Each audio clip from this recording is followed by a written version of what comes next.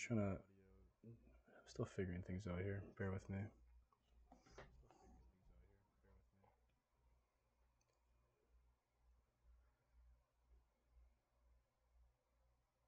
Blessed are the clean of heart, for they shall see God. That's the assumption, right? Guess it's true. Blessed are the peacemakers, for they shall be called the children of God.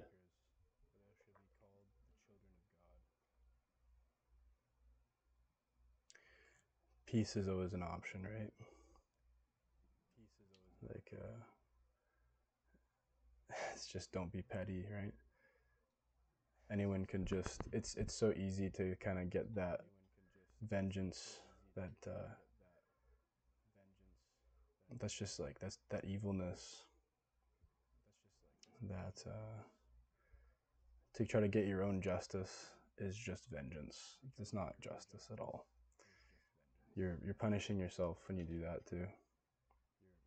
So that one makes a lot of sense. Blessed are the peacemakers, for they shall be called the children of God. Yep. That's a good one.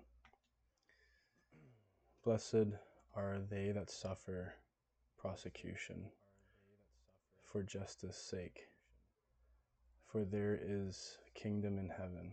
Theirs is the kingdom of heaven.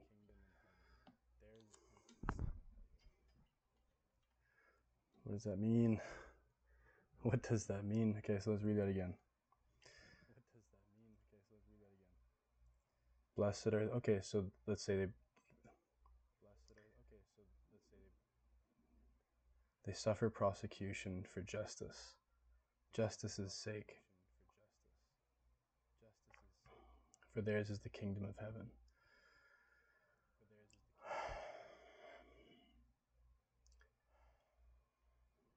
It's like is it because they're falsely prosecuted? Is that what that means?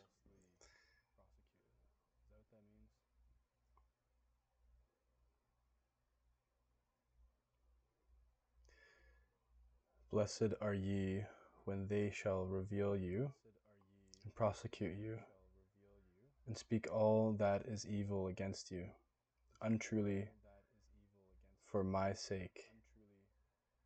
Be glad and rejoice, for your reward is very great in heaven. For so they prosecuted the prophets that were before you.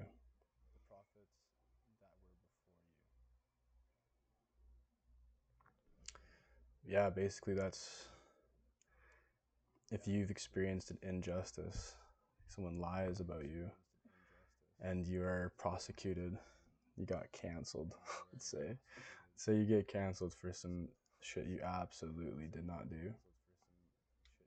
Or maybe you're partially guilty, but they just throw the whole kitchen sink at you, and it's an injustice.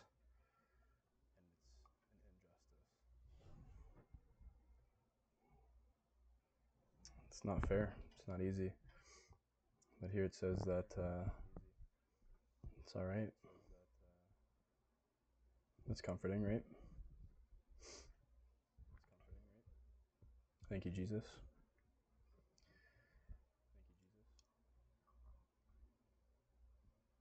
Read that again.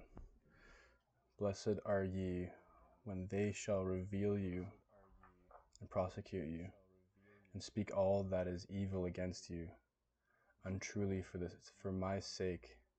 Be glad and rejoice, for your reward is very great in heaven. For so they prosecuted the prophets that were before you. Okay, easy to understand. Easy to understand. It's a good one. You are the salt of the earth. I never understood this line. What does that mean? That's some old people talk. You are the salt of the earth.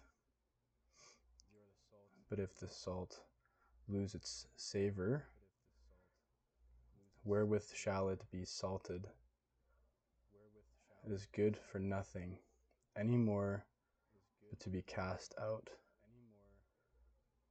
and to be trodden on by men.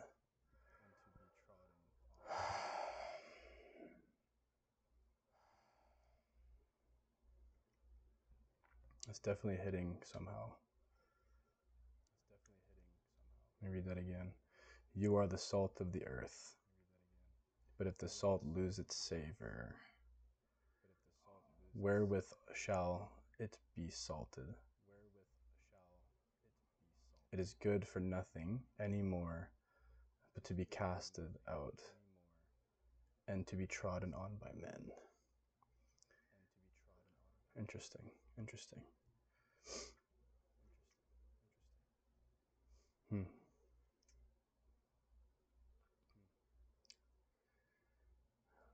It's something to do with your value, maybe it's your purity. Wow, deep. Interesting. You are the light of the world. A city seated on a mount cannot be hid.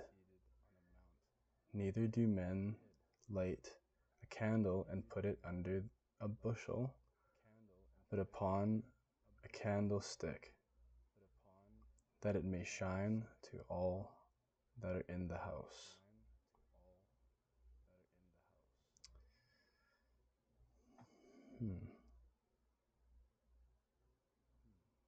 So let your light shine before men, that they may see your good works and glorify your Father who is in heaven.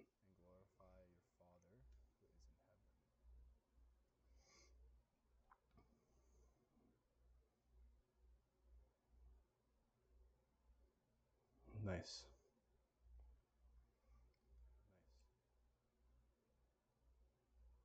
Do not think that I am come to destroy the law or the prophets. I am not come to destroy, but to fulfill.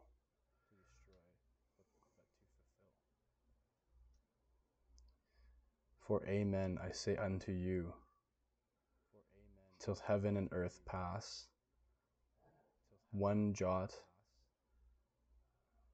or one tittle shall not pass of the law, till all be fulfilled. Wow, this is some old talk. Obviously, it's from the Bible here.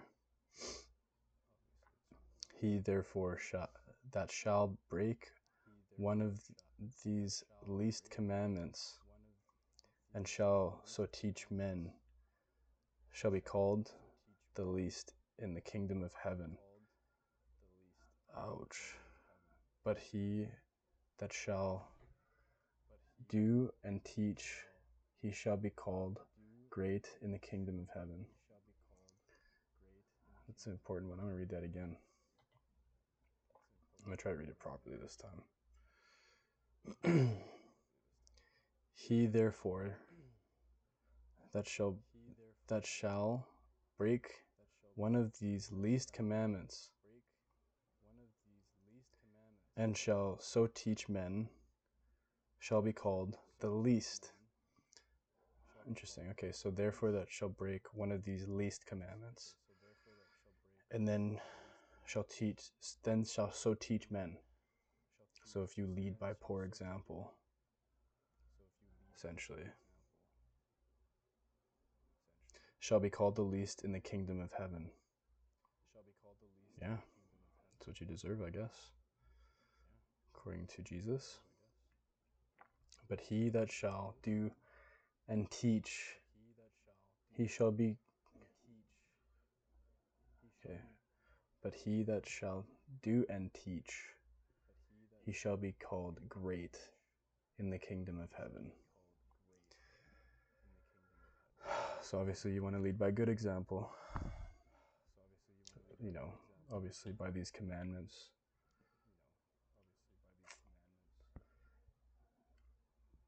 It's based. Interesting. I'm gonna talk about that for a bit. Let's see if I can go on some kind of tangent here.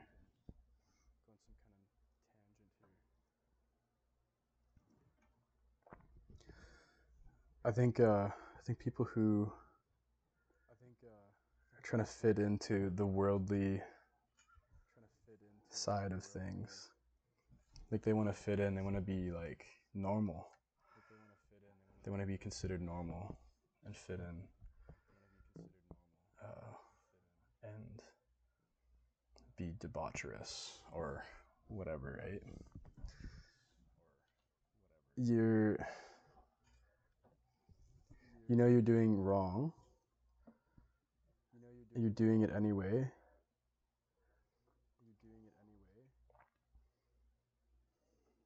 and you should know better,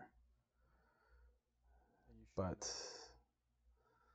essentially you're too cool for school. It's just like, how silly, right? That's like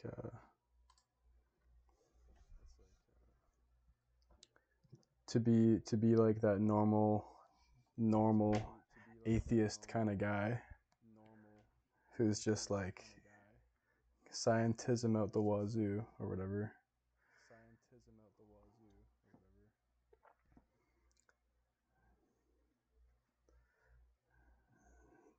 You're cooked.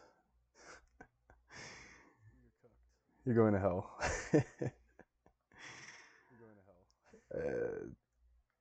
Instead of being like literally being righteous is not always cool, right? Cool is like, that's so stupid. What is cool? Like the devil likes to look cool, you know, in movies. He's so cool. He's got, like, I'm talking about the like the positive human depiction of Lucifer, I guess. It's always Lucifer. It's Luciferian. It's just like this cool guy. He's a stud. Does what he wants. Lays with who he wants, men and women. Doesn't give a shit. No boundaries at all. And if you have boundaries, he's gonna cross them or seduce you into it. That's like the archetypal cool guy, Lucifer. And it's fun. It's interesting. That's kind of how modern man seems to model themselves, as this like worldly person, or they're trying to be. They want to go travel the world, see and experience all things, do every drug, have every woman, try it all, you know, just to say he's been there and done that. It's like that the aura that man cultivates through doing that is extremely seductive to women who are lost. And that's Luciferian as fuck. Interesting though. That man leads by poor example. That guy is a bad example. So that last line, that if you break these commandments and that's the example you lead other men astray by being this cool guy, this so-called cool guy. You're the lowest on the totem pole in heaven. And I don't know if that means going to hell. It could very well be. But nowhere does it mention hell here. It just mentions that you have no clout, you have no respect in the kingdom of heaven. You failed the test. You lived a human life as an animal. You lived like an animal. It's like imagine being an angel in heaven, and your job is to come down to earth, experience being a human being, and you fall for every single trick.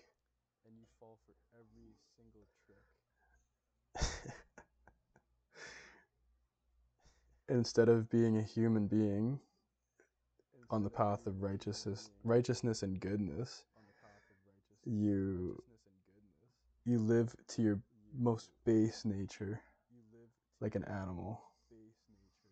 And you think that's cool. That's the Bible says right here. That's not the answer, bro. That's pretty basic. This is like the first page in the New Testament. Haven't even cracked into this thing yet. But like I think we all know that. That's like such a basic. It's like so basic.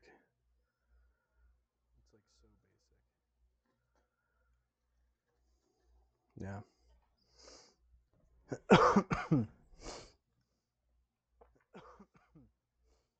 That's one thing too, is if you're to pray, if you're to imagine, well, don't even imagine, it's like try it. I think everyone who gets into Jesus and prayer, it's like, it's ballsy to ask and pray to Jesus to live through you as his like vessel.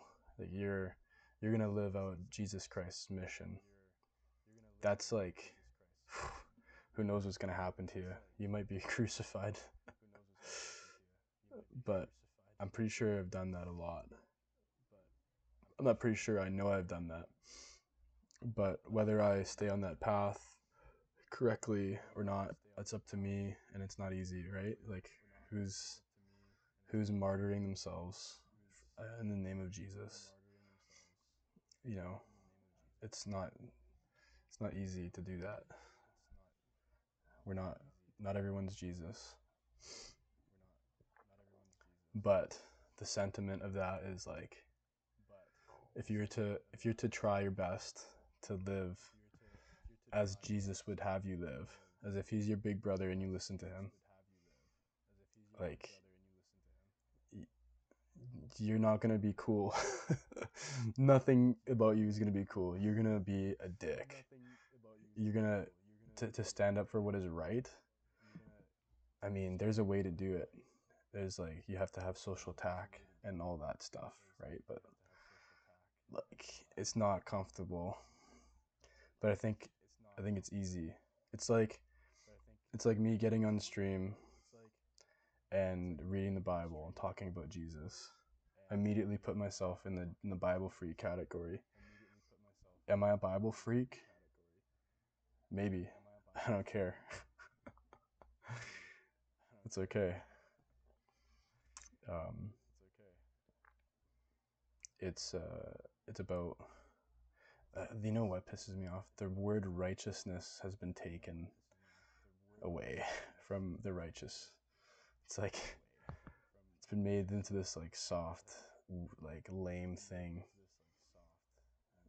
You know, ugh, I don't even want to get into that. But I think like when we think righteous, we think of someone who has military, like Vietnam military jacket with like buttons, button pins on it, like pins all over. It's like pin bombed, and they're wearing patches and stuff. Ooh, that kind of woke shit. That woke shit is the kind of people who stole the word righteous away from us. What I mean by righteousness is like,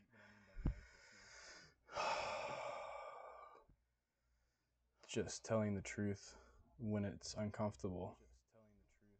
But unfortunately, like, people have the truth so mixed up. So you get these people who otherwise would have been like good, righteous people, but they're so psyoped into like the woke shit that they just like they're they don't realize what they're doing. They're using all that energy to they're playing on the wrong team. They don't even realize it. It's like they're Luciferian. Why do they think that's righteous? It's like, sheesh. It's just ignorance, right?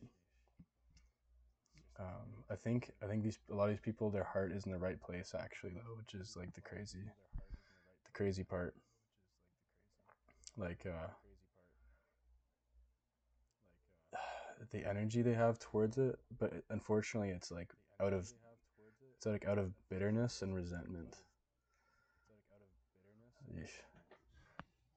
Yucky, yucky, yucky. Let's look at this a little bit more.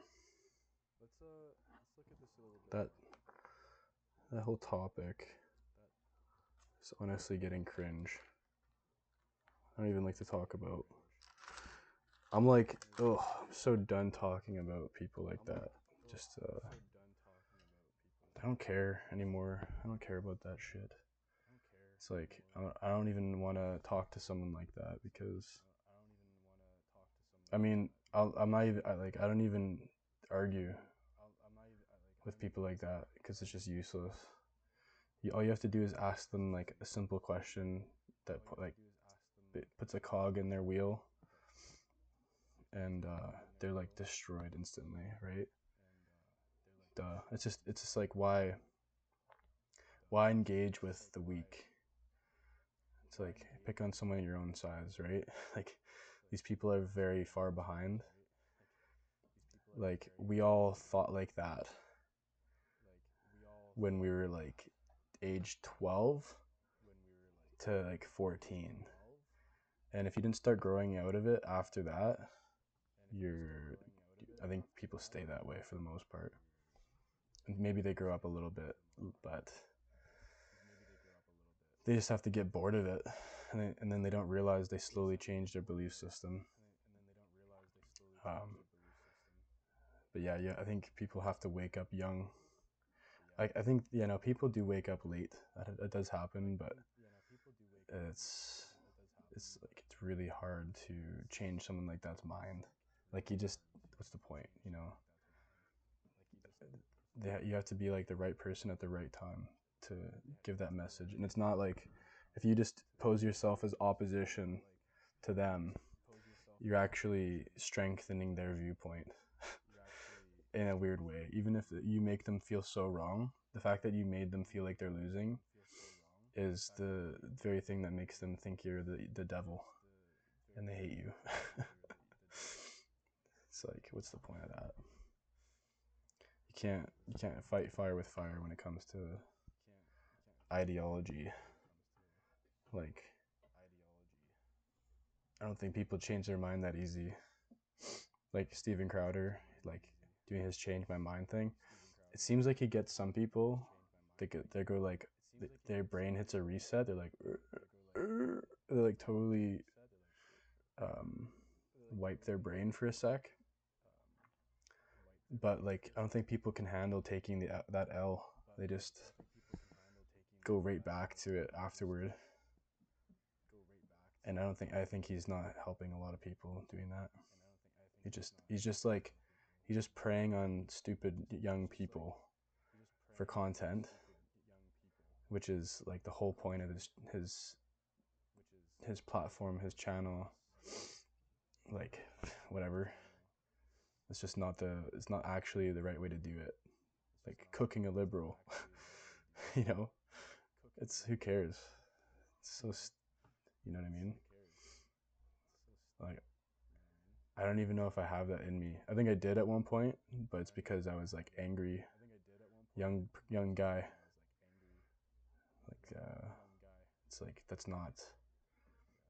It's like goes back to like how would Jesus handle that? It's like you have to hit people with compassion. A lot of those like street preachers have the right idea. They're like compassion first, they lead with compassion and then follow it with truth, or the other way around even. It's like you can trigger someone Well, sometimes if you trigger someone, you lost them, right? But compassion, then trigger them. You compassion, you get their trust, and then you truth bomb them, and they're like all of a sudden open and receptive to you because they trust you because you were compassionate. You showed them that you're not there to hurt them, and like through their ideology, they genuinely believe you want to hurt them and like cause them harm and damage, mentally and or physically, mostly mentally, because they're already mentally ill, right? So.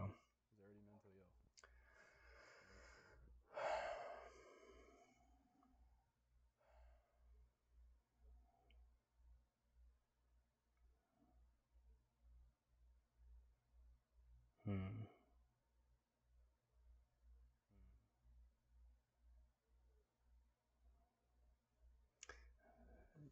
You have heard that it was said, you have heard that it was said to them of old, from the Old Testament here, thou shalt not kill, and whosoever shall kill shall be in danger of judgment, of the judgment.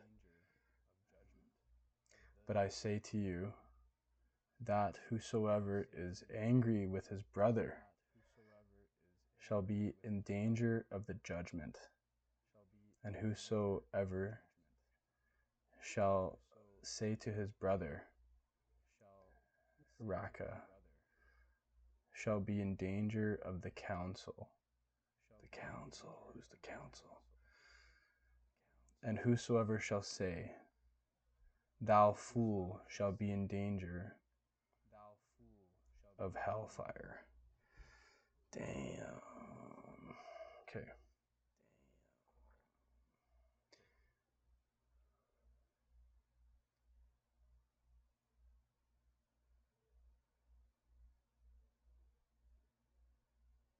Wow. Yeah, so literally exactly what we were just talking about a little bit here. So to be angry at your brother, let's say brother means like fellow man or woman. To be angry at someone, when you're like just it's like it's a hard day at work. I don't know. It's relatable if you know construction. You like you can get into like a spiral, like you're in work mode, but your boss or your foreman or whoever or someone on the team is like you're getting in your head about them, or they've been getting in your head a little bit, and it's like they're pissing you off, but maybe they don't even realize it. Or let's say they just being unnecessarily shitty for some reason, and maybe they're having a bad day and being angry, and you're like annoyed that they're bringing that shit around you. That's like a big one. I fucking hate that too, right? So that anger you start to build up and harbor against them if you're not calling it out. Best thing to do is kind of call it out. Most of the time, especially like around like the average bros, it's gonna make that person very uncomfortable. If you open with confrontation, like most people cannot handle confrontation whatsoever. That will just like try it out, see what happens. You know what I mean? My personality, like I personally am okay with confrontation. I'd rather just get that shit over with. I'd rather just say what needs to be said. It's like, bro, the fuck, you know, like don't be like that. Don't be fucking disrespecting me for no reason. Anyway, when you harbor that energy, that anger, you start getting angry at your colleague, which is your brother, in this sense. You're that heaviness. That's like heavy. That's like really heavy shit, right? Like you're carrying that in your chest, and a part of you wants to like explode that into like violence. That's like you have at that point you have murder in your heart, according to the Bible. that that murderous energy, right? It's like that, don't fuck with me, don't disrespect me, I'll show you, I'll fucking twist your head off kind of energy. Yo, that's evil. It's total evilness.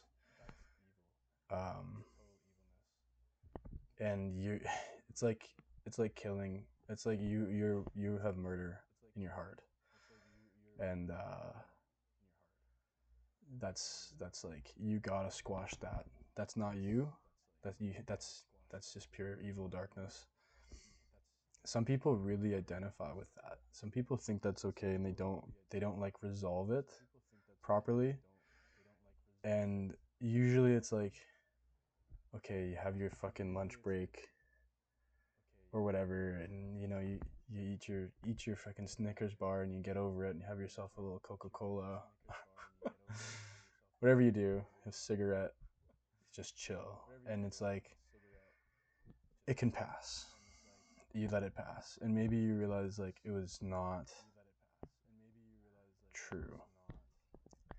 Those feelings were based off of like some kind of twisted assumption, right? And that's common, but that that rage, that internal anger you have against your fellow man, your brother, it's like, don't do that. That's a demon. That's literally a demon attacking you and egging you on and giving you that feeling, and it's actually possessing you, and it's like literally boiling you up. It's like, oh, let's let's see if we can get this guy to act. Let's see if we can get this guy to act on his feelings, like a beta. It's actually like extremely bitch ass to act on those emotions, right? Like, what the hell, you become the Kyle archetype. we all know we all know what that means. Sorry if there's a Kyle watching this, but especially, right? It's like, do not be that guy, right? It's like you're totally responsible for your actions. Hardest thing to do. Hardest thing to do. It's easy to just blow up on somebody once you've let it like cook. That's easy, and it's weak. The hard thing is the reason you resent yourself and the reason you're in your head is because you're not calling it out in the moment when you should. Just like a simple like, hey, don't talk to me like that. It could be like that, right? And then that person has to sit and reflect on it. It's like, oh, maybe I shouldn't be so fucking hard on this guy for no reason. It's not like he's being hard on you, but he can let himself think that, like as if he's hard, but really he's just being a prick for no reason. It's like, chill out, dude. You know, like don't bring the shit at work. Take that home and have your wife deal with it. Just jokes. But yeah, like just, or it's like, hey man, like, are you okay? Like, are you good? Like, what? I heard this thing. It's like we assume that like when we're small children and someone acts like badly towards us, do you know the first assumption a child has? I don't know, maybe you can remember a scenario where you had this thought, is like, you didn't think that they had anything against you because they truly didn't. They really didn't. It was actually there. You thought like, oh, like, are they okay? Like, is something wrong with them? And that's actually healthy. That's like a non-traumatized reaction. That's like a natural, the first feeling you should have, right? It's not that that person actually hates you or anything. It's just that there's something going on with them, and your first thought is like, are they okay? Like, why are they doing that? Like, there's something corrupt going on with their soul, their psyche. Something's, they may have like a shitty home life. You don't even know. Not that you're thinking those thoughts when you're a kid, but it's something along those lines, and you're kind of like, because you don't even relate to that. You're so young, you can't even relate to that. It's like, person's being mean for no reason. Like, why? Your first question is why. You're confused as a kid when it comes to that. But when you're an adult and you like get trauma, baggage, whatever, blah blah blah, you're like, oh, like it's like more personal. You think maybe they have a point, or you're like, you got such an ego built up that you're like, you take it personal because like you feel like someone's disrespecting you. Like you think that they're trying to get one over on you, or like they're trying to put you under to make themselves feel big, and you like don't want to tolerate that shit because it's like, no, that's abusive, and you don't want to take any abuse, obviously. But really, it's like you're forgetting to ask why that person's doing that, right? Like, why would they? What's causing them to act that way? Like, why do they need to put others down and essentially bully others, right? To feel better. Like, how is that helping them? And it's like, imagine if you confronted them. This goes back, I love the archetype stuff, right? It's like the archetype of a leader, but the shadow of the leader, like the shadow of the king is the coward tyrant. The tyrant king has the shadow of a coward, and that, like, let's say it's your boss, and they're just like obviously a tyrant. Imagine a scenario where you're confronting them with the truth, and honestly, they're gonna avoid that like crazy. They're seriously be so avoidant of that conversation. They might just leave, or just not hear you, or talk over you, change the subject, do anything they can to get away from that, because they're so scared of confrontation. It's their biggest fear, because it exposes their whole game, right? Like, they're a tyrant because of how weak they feel as a person, right? It's like a big facade. They know that you probably won't respect them, or they feel like you won't respect them if they're not a complete piece of shit to you, which is just silly. That's what they that's their shadow. That's their thing. That's like how they grew up, right? Maybe it's their parents had this thing towards them where, like, if their parents weren't really strict and stern or something, maybe their parents put that on them. Like, that's how respect is supposed to work, through fear. Oh, it's deep shit. But we all know someone who like will not hear it. If you're gonna confront their shit, you expect to see tears. Especially if you can, like, if you can actually corner them, and obviously if you mean well, it's like, oh, that's their biggest fear. It's behind every tyrant is a coward, and that's like, ooh, that's like the biggest gut punch for them, is to feel that, realize that, right? Imagine that.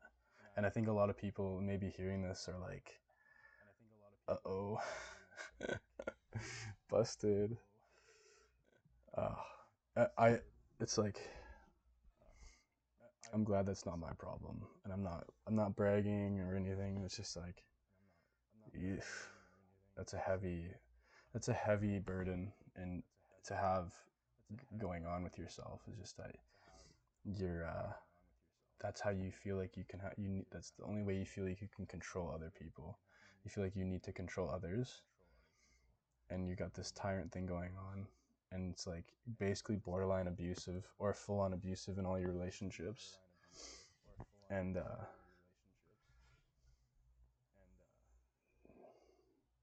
you're living a lie, and you hate yourself for being such a piece of shit.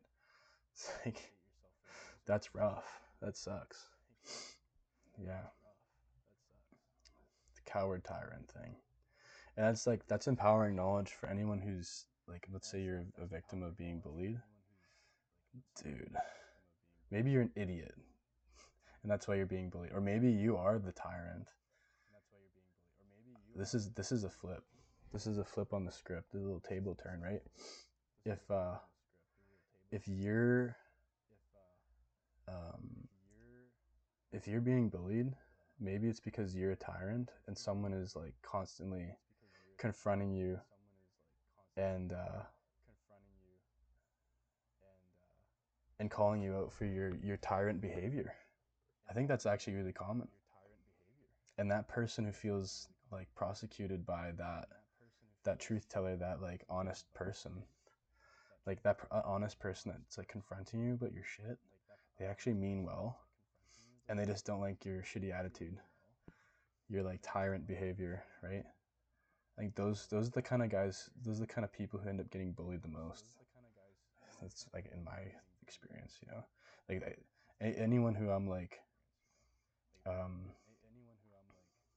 willing to confront, or like let's say they're like a small fry, pencil neck type dude, and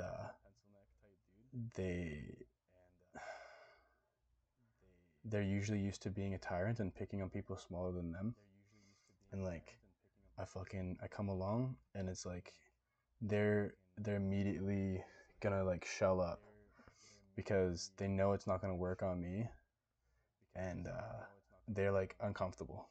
It's not that I've even confronted them, it's just like the vibe, the dynamic won't work for them, so they immediately flip into coward mode, and it's like, ooh, I'm so uncomfortable being around people like that, because like you know that like the moment they get the upper hand, they'll take it. It's like that's the kind of person that kicks you when you're down. Not that I'm like ever in competition with people like this day to day, but you know, like that's not a person necessarily to be trusted because they view you as a threat, right? And it's because they're a coward and they're used to being a tyrant. It's like yuck to those people, despicable.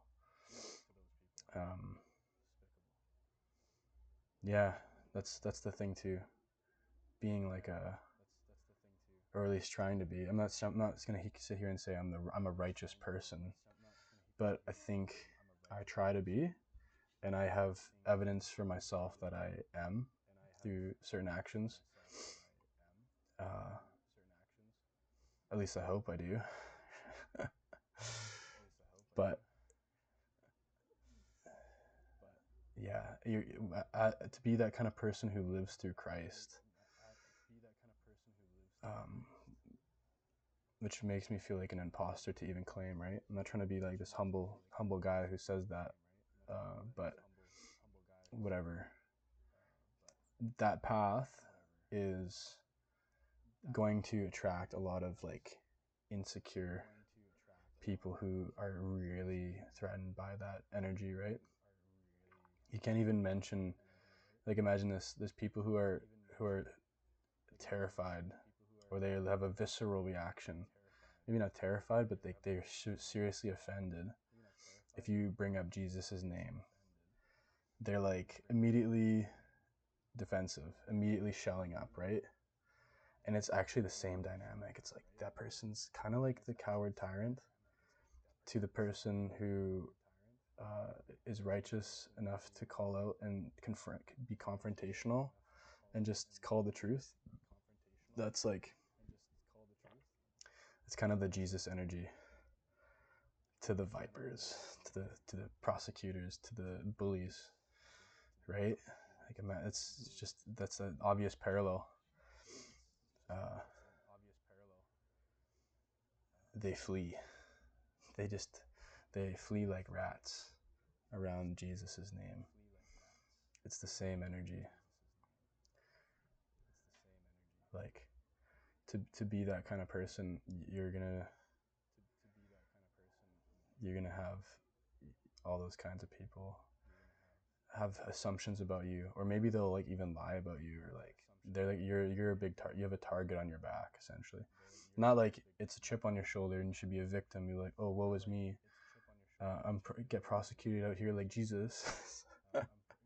Like, shut up, don't be that guy. I don't think anyone is that guy, but if they are, like, seriously, get over yourself. That's insane. It's just like extremely paranoid way to be, right? But like, yeah, you're gonna get heat. That's like, the path less traveled. But it's like that's like a freedom though at the same time. That should feel so free. You're not normal. You don't care. Like nothing really can stop you at that point. Uncancelable, right? It's a beautiful place to be.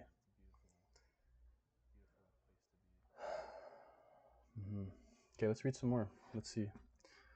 Read like one line and get super inspired. Talking straight from the Bible here. Channeling.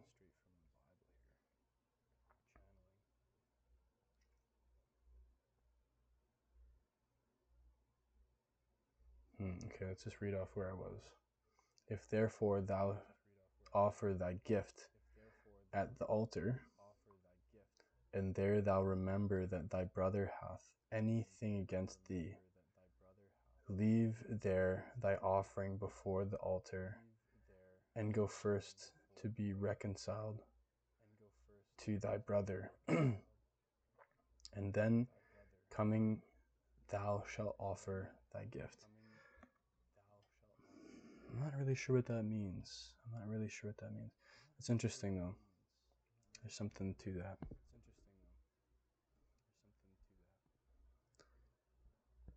It's interesting. Be at agreement with thy adversary. What? Let me read that again.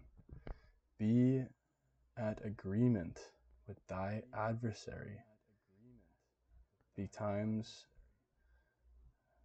What the heck is that word? Betimes. I gotta look that one up later. That's interesting. Everything's interesting today. Whilst thou art in the way with him, lest perhaps the adversary deliver thee to the judge. Does that mean you get killed? Lose to thy adversary? And the judge deliver thee to the officer. What? And thou be cast into prison. Oh. Be at agreement with thy adversary betimes. Maybe that means sometimes. Betimes. This is the Dorahim's Bible. It's got a lot of the old words in it. Okay, so be at agreement with thy adversary betimes, whilst thou art in the way with him, lest perhaps, just in case, lest perhaps thy adversary deliver thee to the judge, and the judge deliver thee to the officer, and thou be cast into prison. Don't want that. So maybe it's best. Yeah, that's what it's saying. It's best to just be in agreement with your adversary, because you don't want to just get, like, you lose if you go to prison for some stupid shit. Like, don't go to prison for some stupid shit, basically it's saying. Sometimes you just gotta agree with your enemy.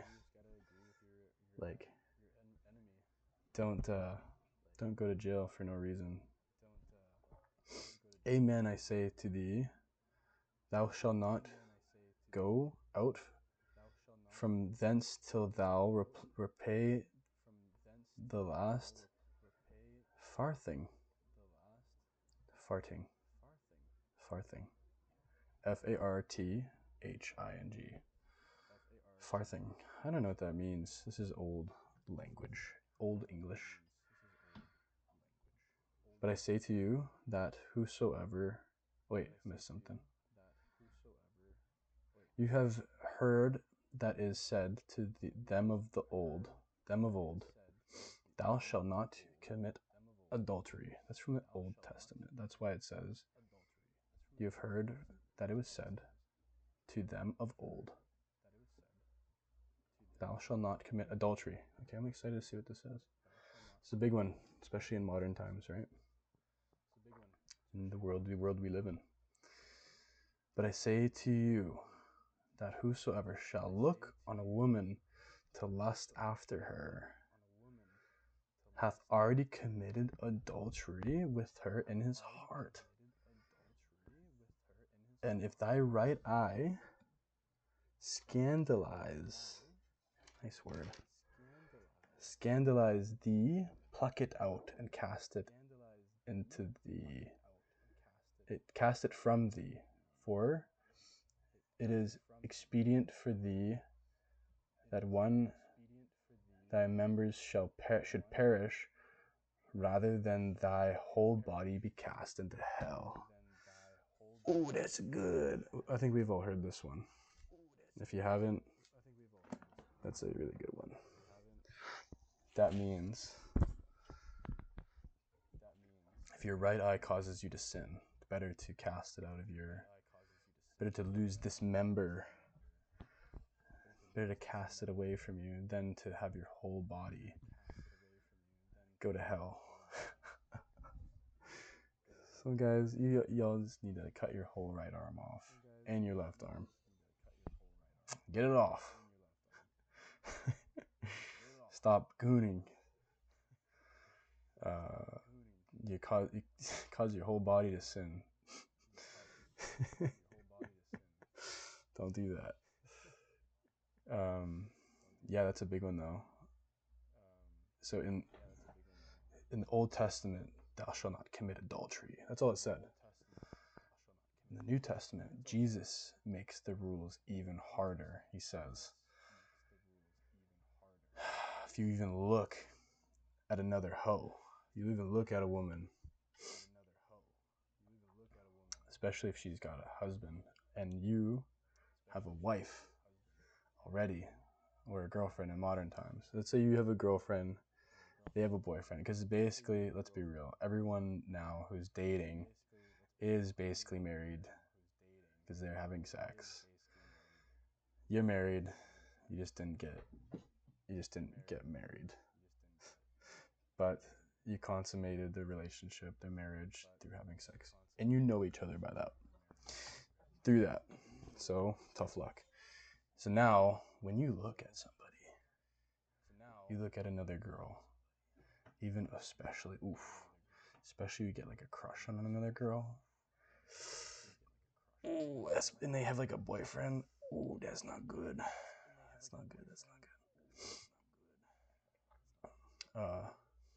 That's adultery. And the thing is, I think the reason that's bad, you know how like anything that makes you feel like emotion that's like has heaviness to it, right?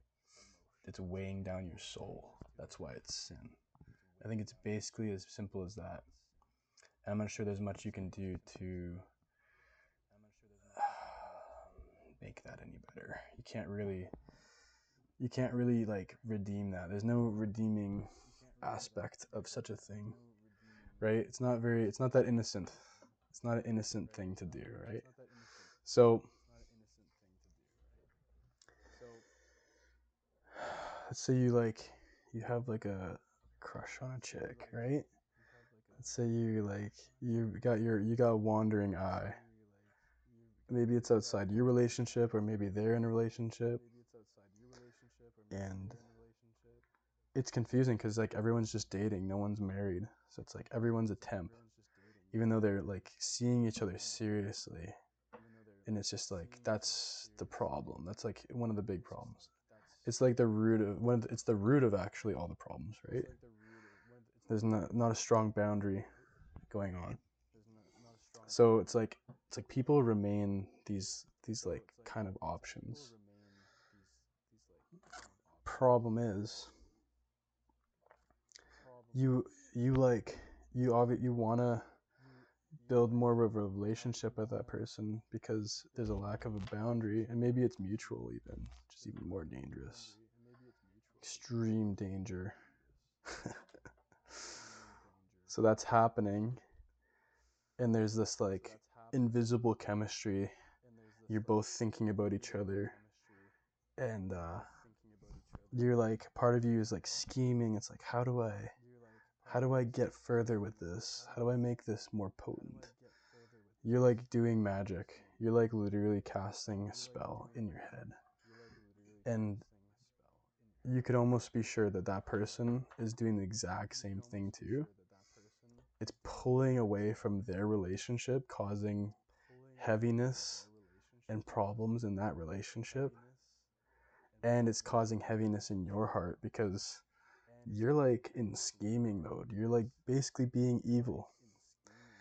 And you're about to, like, if you were to actually act on the scheme and get that person to like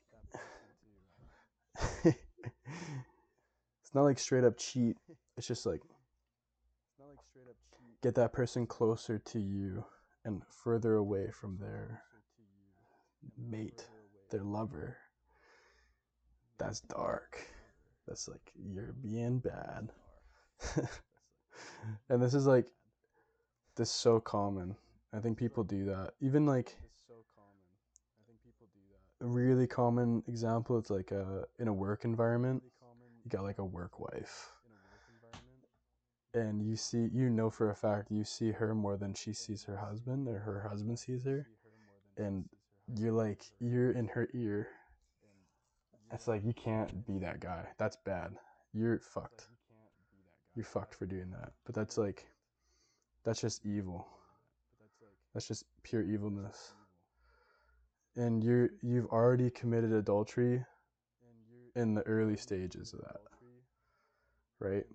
That's that heaviness, like, it's wrong. And what happens is either two things, maybe three. Let's talk it through. Let's say best case scenario first, you just respect that boundary and you keep it totally platonic. And it's difficult because maybe you're in a work environment where you like work with women, and you're going to be sexually attracted to each other because that's human shit, right? Maybe men and women aren't supposed to work together. We haven't figured that out yet, because clearly it leads to adultery sometimes. But basically, you can just be good. Don't fuck with that. And you know what's crazy? Just being that guy makes you even more appealing, which is even more dangerous. Playing with it, playing with the fire, flirting, having a back and forth, and like getting to the point where she's like confiding in you about her boyfriend relationship. It's like, oh, he's such a piece of shit. Oh, he's like not good in bed. Like, she does all these things, like starts nagging about her guy. Ooh, that's bad. That's real bad, because that means the light is green, and it's already casual. You like take her out for a drink, you can bond. The bonding can just increase. You can just keep bonding with that person, and at that point you're already emotionally cheating. You have an emotional entanglement. That's extremely bad. It's not that innocent, okay? And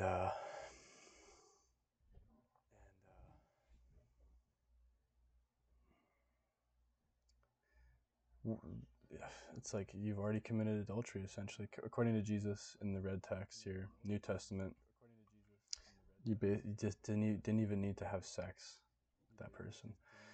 And the thing is, you probably don't even want a relationship with this person because of how they are being in their relationship. You are not her boyfriend. You are an exciting, somewhat detached option for this woman.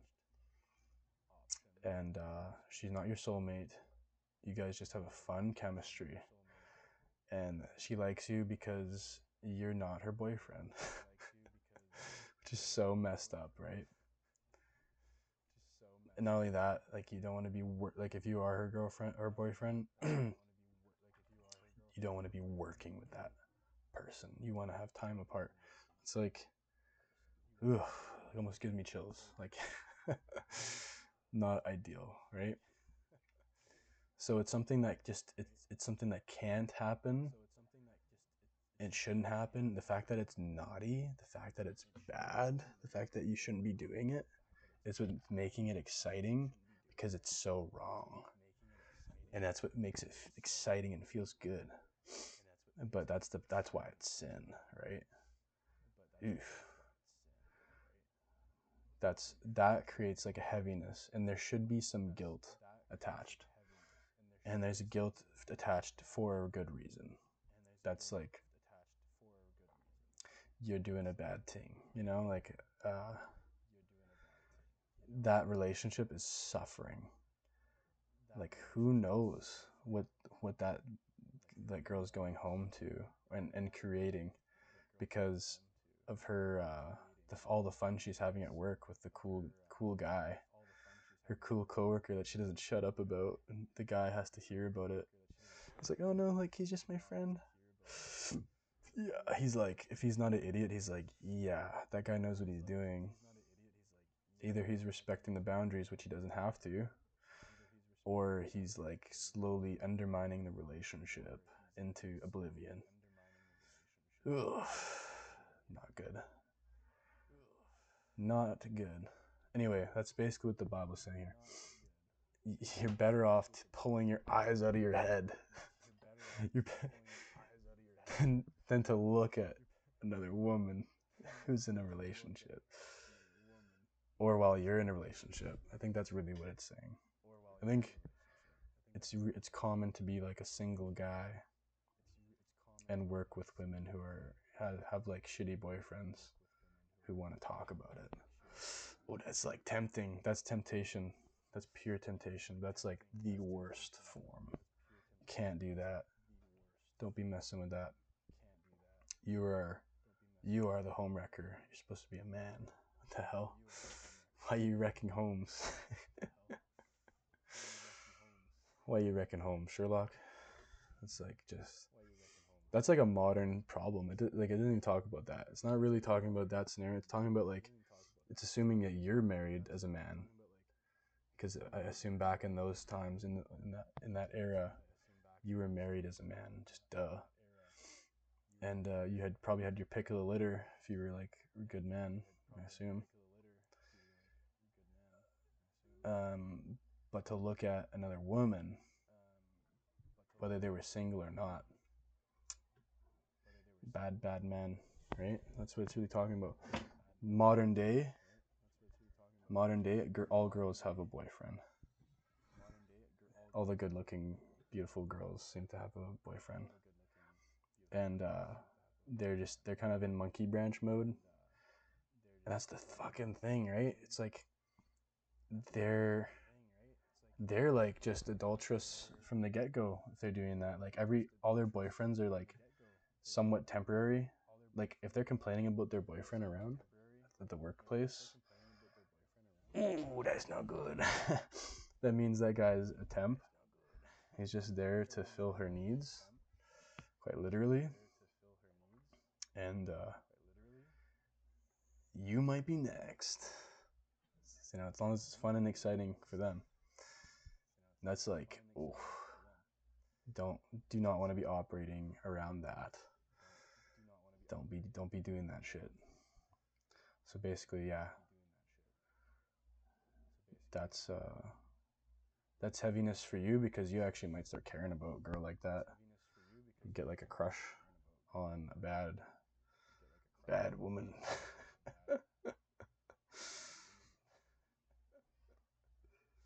Yeah, don't do that. And you know what? It's funny. It's like that kind of emotional entanglement can drive you nuts too. Like, geez, I think I've been there. I don't think I've been there. I have been there. It's like that's like ultimate playing with fire, and you just get burned. You so get burned after. And if you let's say you execute properly, let's say you like are trying to be, I think worst case scenario, you get burned if you're trying to be a gentleman about it. Even if you're still trying to do it and think you're being a gentleman about it, you're gonna come out of that being like, dang, I'm a fool. But at least you're just a fool. You're gonna feel rotten about it and heavy. And you gotta like get over that shit. You probably have to heal. It's like a traumatic event. The other scenario is you know what you're doing. You execute the game textbook style. You're evil. You're evil son of a bitch. That is like. Then what? You don't even get to like, at least if you're a fool and you try to be a gentleman about it and you like try to wait your turn kind of thing, that's infinitely better than like actually following through, ruining that relationship and making that woman like even worse. You just like 10x'd her problem, I think. And also you just did that, and then you have to live with yourself. And you damaged another guy too that you never even met. That girl's poor boyfriend, who is none the wiser. Yo, that's like fucked up. You just broke that guy's heart over some like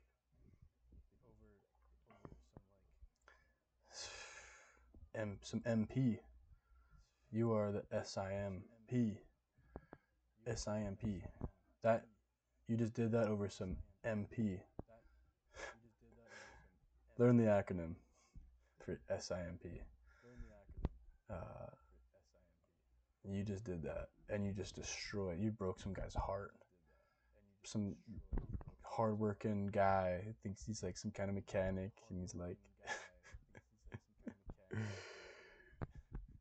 he's got like a typical like guy name. He's like, he just works hard. All he does is work. And try to take care of his girlfriend, and his girlfriend's like trying to get piped. And then if you do that, bro, that guy will never love again. He's, what if he killed himself? Ugh, yuck. You don't want that on your hands. That's the dangers of adultery, guys. It's like a chain reaction of bad things, right? Yeah. Cool, that was a good Bible reading. I think I'm going to wrap it up here. Put in an hour here.